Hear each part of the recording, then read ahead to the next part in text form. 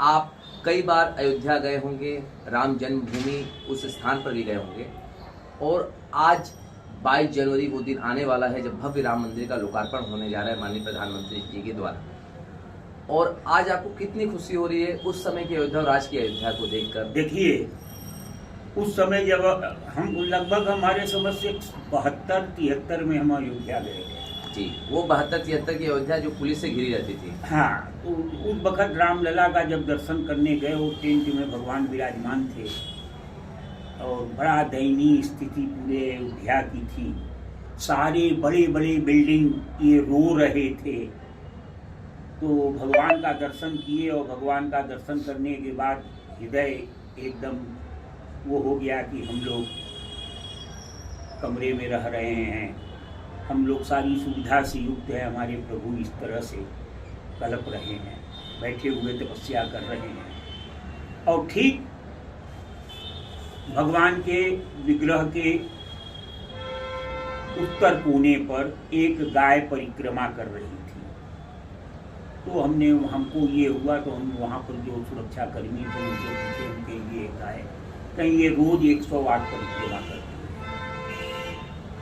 उसके बाद फिर हम पूरा शहर जब घूमे तो वहाँ पर जब हम वहाँ की मनहूसियत और वहाँ का ये जब देखे दृश्य, लोगों से जब पूछा तो उन लोगों ने कहा कि जब प्रभु चले गए तो ये अयोध्या सूनी हो गई और यहाँ की बिल्डिंग, यहाँ के लोग आज भी रो रहे हैं। जी जी।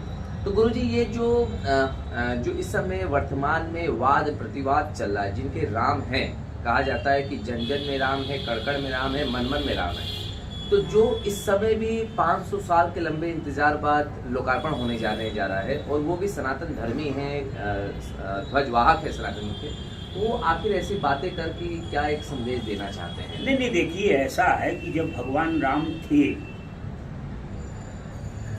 त्रेता में, तो उस वक्त भी ऐसे लोग बहुत थे जो कि प्रश्न चिन्ह उठाते थे भगवान के कार्यों पर। और आज इस कलिकाल में ऐसा कहीं हमने पढ़ा है, याद नहीं आ रहा है, कि कलयुग में, यानी हर युग, कलयुग, द्वापर, त्रेता, सतयुग, ये 4 युग होता है। तो हर युग में हर युग 4 साल भोग करता है। तो ये हमारे समझ से कलिकाल में ये भगवान का त्रेता युग, जो कि 22 जनवरी से पदार्पण कर रहा है, और हमारे प्रभु श्री राम अपने वनवास को काट कर, वो तो 14 साल का वनवास राजा दशरथ ने दिया था, वो भी उन्हीं प्रभु श्री राम के इच्छा से दिया था।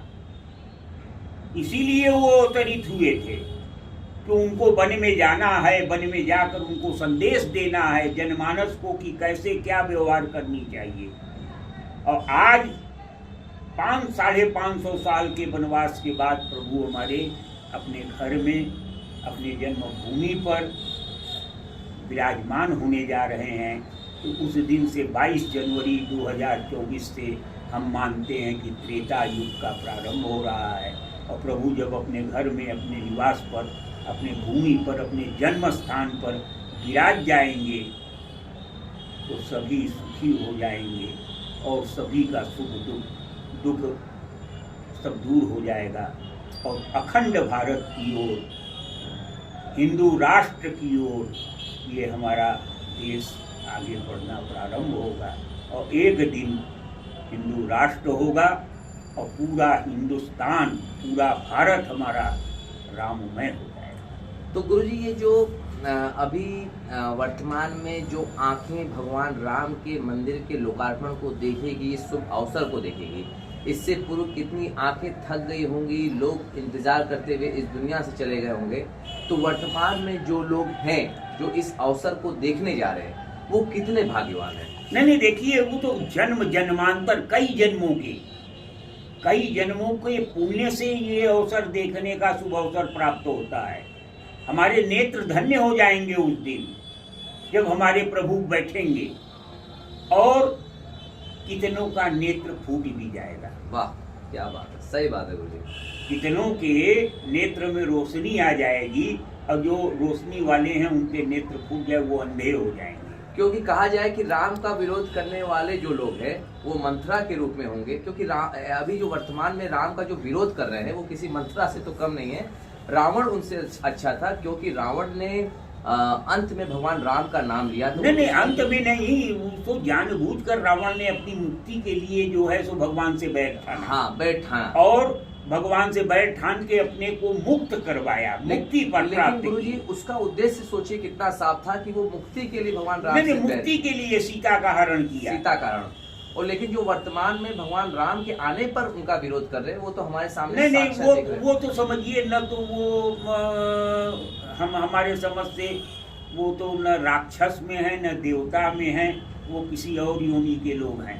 ये वाकई में गुरुजी बहुत बड़ी विडंबना है कि हम भगवान राम को भजते हैं। नहीं, देखिए हमारे संवैधानिक हमारा जो ये आदि शंकराचार्य जब बौद्धों का उपद्रव शुरू हुआ और बौद्ध हमारे देश पर हावी होने लगे तो आदि शंकराचार्य की उत्पत्ति हुई, जो स्वयं शंकर थे।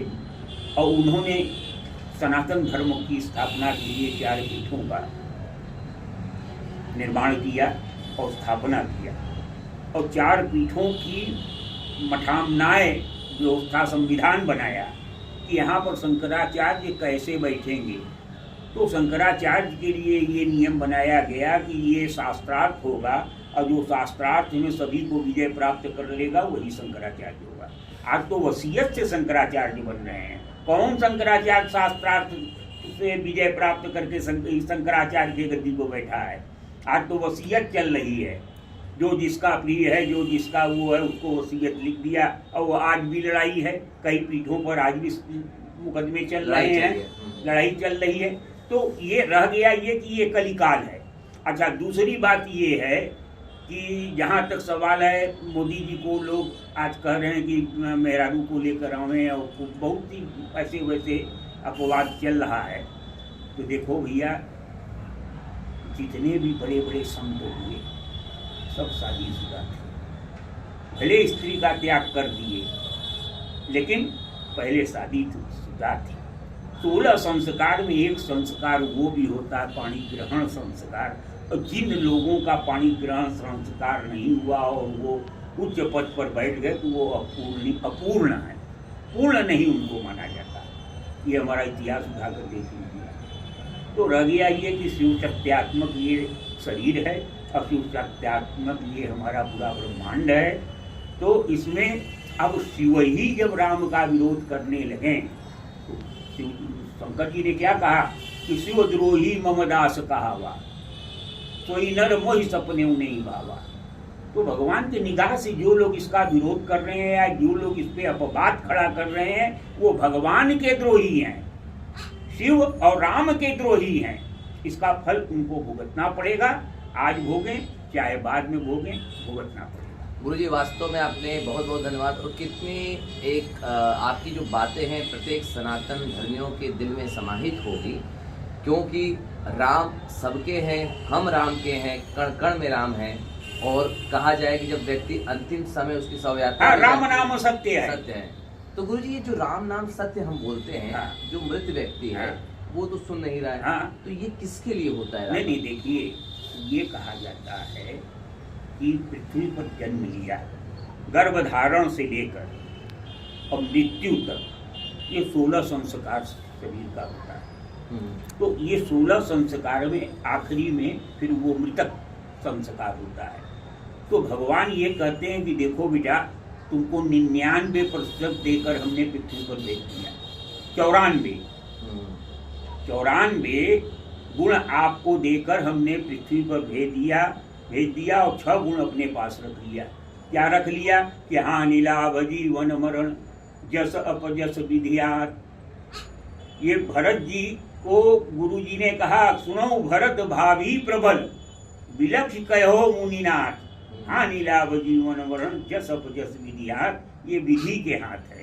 तो ये 6 चीज भगवान अपने पास रखकर 94 गुण को देकर हमको इस पृथ्वी पर भेज दिया। तो इसीलिए जब शव यात्रा निकलती है तो हम लोग कहते हैं कि राम नाम सत्य है।